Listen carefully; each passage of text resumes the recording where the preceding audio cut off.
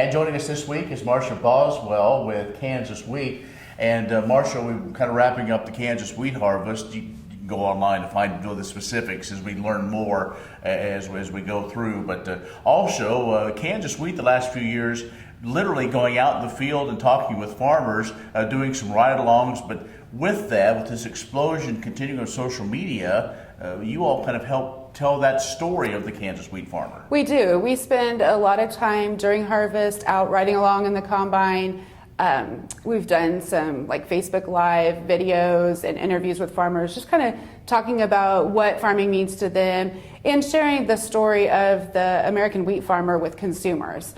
And throughout the harvest season, we do that, but we also do it throughout the whole year. For example, in June, we had the National Festival of Breads.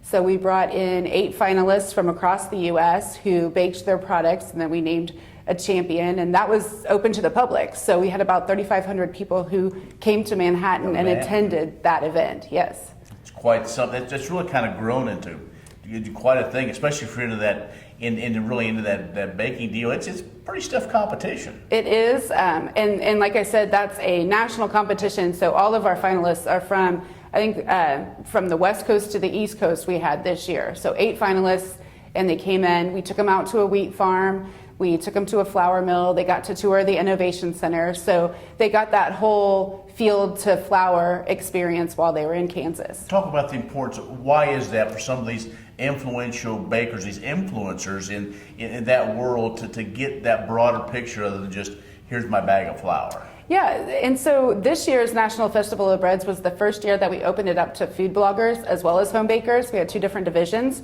And so as those food bloggers have an audience that follows along, that trusts what they say, it's really beneficial to get them out to the farm, and then they can share that story with their followers and answer questions as people say, well, why is the farmer doing something this way? Or, oh, I didn't know that about farming, or I didn't know that about the flour mill.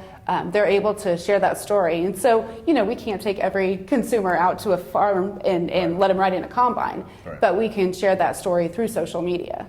Speaking of sharing stories, one of the big events coming up, the Kansas State Fair, in just a few weeks now, and really in one of those buildings, Kansas Wheat is showcased. Yes, we're in the Pride of Kansas building, and so every year we have our new recipe book that's out by the State Fair. And this year's book is going to feature those 8 winning recipes from the National Festival of Breads.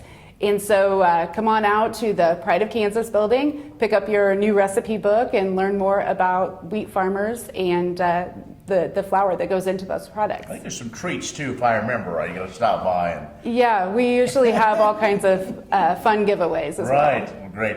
Well, Marsha, again, we appreciate the time talking to us about this year's wheat harvest and the activities, what's going on, maybe outside of what we typically think of what y'all do here at Kansas Wheat. So thanks. Yeah, thanks for having me on. Marsha Boswell with Kansas Wheat has joined us. Stay with us. We'll have more coming up.